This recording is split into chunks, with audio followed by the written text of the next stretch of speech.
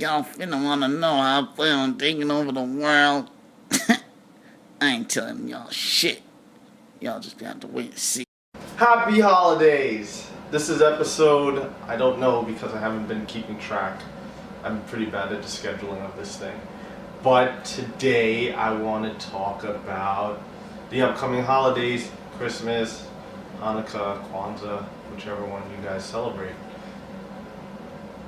Yeah, I'm gonna need to. What? I don't know, what should I talk about? What should I talk about? You want to start over? No, just keep recording. Usually go back and edit the shit out of this anyway, so. What was the question again? I forgot. What are you looking forward to on the 25th? Do you want cookies? Are you going to eat some coquito, Drink? I mean, I'm just... I understood what you meant. For me, Christmas is more about... Well, it's not more or anything. I think it's a combination of the build-up and the actual day itself. One of the things I always vividly remember because of my time growing up is, I don't know how many of you guys watch ABC Family, which is now called Freeform, but they used to do this thing called 25 Days of Christmas. And they used to play Christmas movies. And I think part of what makes Christmas so great is the countdown to it. It's almost like New Year's Eve into New Year's, except the New Year's countdown is just really, really short. But I mean, like, each day kind of matters until you get to the 25th, starting from December 1st. You have people putting out their Christmas lights, people are looking for gifts. It's just kind of this like festive feeling. And I think part of that was kind of lost somewhere along the way of where we're growing up, especially in the last decade or so. It doesn't feel the same way that it used to anymore, and that's particularly saddening that that is the case. But I think we could do something about that. In what way? Like how? I think we should all engage in a lot of the silly and dumb things that we did when we were younger. And the reason why I use the word silly and dumb is not because I think they're silly and dumb. I think a lot of people just think that because they're older, they can't do those things anymore, and then they do consider it silly and dumb because they look at it as kid stuff. Like what? For instance, back in the day, I remember I used to watch the TV commercials, and they used to have the Hess truck, and that was when the Hess gas station was pretty big at the time, and it used to have the jingle. It's like the Hess truck's here, wait, the Hess truck's back, and it's better than ever, 'cause Christmas is here, the Hess truck's here, like that. You remember those jingles. It's like nowadays you don't have the jingles, and that's part of what makes the holidays, particularly great, because no other holiday do you really have the jingles that go along with it. The Christmas tree, like little things that you used to do when you were younger, I think helps. Putting setting up the train track and putting it around the Christmas tree, and just hearing the little choo-choo, it takes you back. And I think, especially at the end of the year, we need to be taken back. Usually the end of the year is the time to reflect, but you don't have to just reflect on that year. You could reflect back as far as you can, and that's the best thing about memories. You don't have to just always be thinking about tomorrow. You can reflect back and cherish the good times you had, and still try to bring those things from back then into today. So my question is to you, what have you done that is silly and dumb? I haven't done anything silly and dumb yet, and that's kind of one of the things that I'm like, what are you waiting for? We're almost halfway through the month that I'm filming this video, so you're gonna have a gauge of when I'm doing this.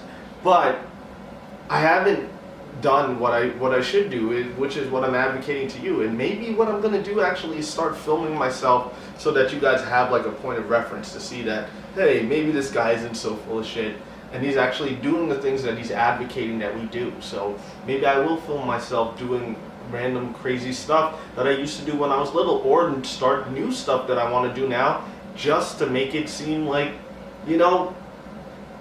joyous. Like it's a joyous moment, and you always have to remember to cherish the little things. We can't just always be bogged down. I know a lot of us are still, disappointed by what happened in the election. I know a lot of us are scared of what's going to happen a year from now.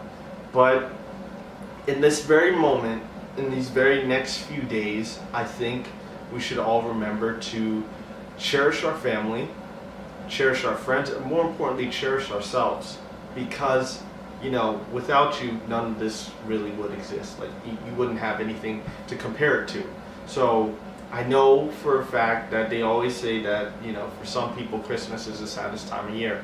And I think part of that is, you know, that loneliness that people feel. I've experienced that before during the holidays, and it sucks. But you have to take into account that there's always, this is going to sound so terrible, there's always somebody that has it worse than you. And if you think like that, that should mean that you should probably start appreciating what you have and what you can do, and the fact that you could still think of a better tomorrow and you can live for a better tomorrow.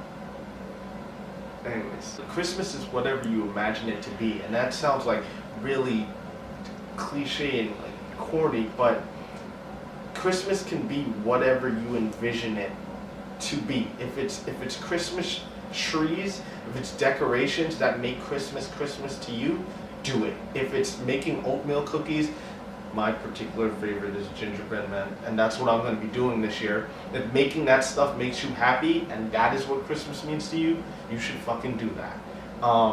If watching Christmas movies, How the Grinch Stole Christmas, it's a Christmas Story, my favorite, Jingle All the Way, that's one of the movies that I watch almost every year. I would suggest you do that. Locations help.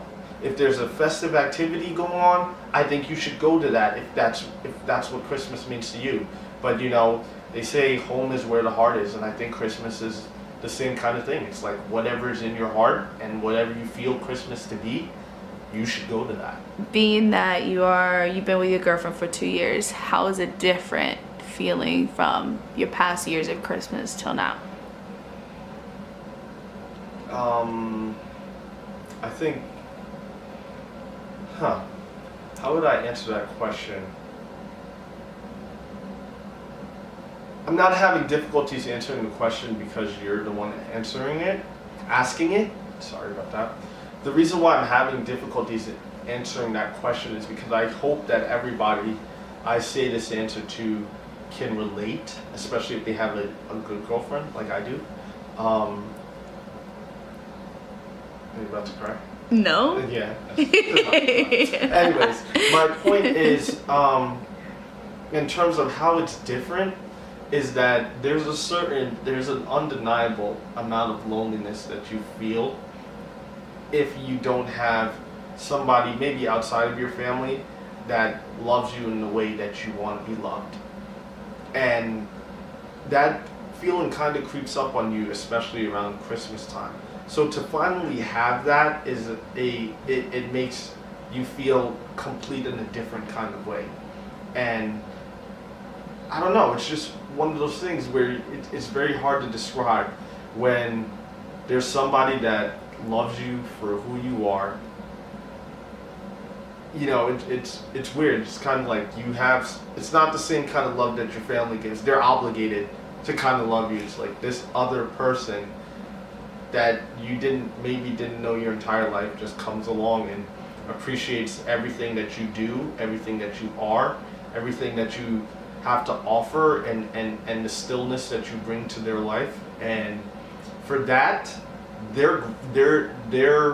you should be grateful for their gratefulness.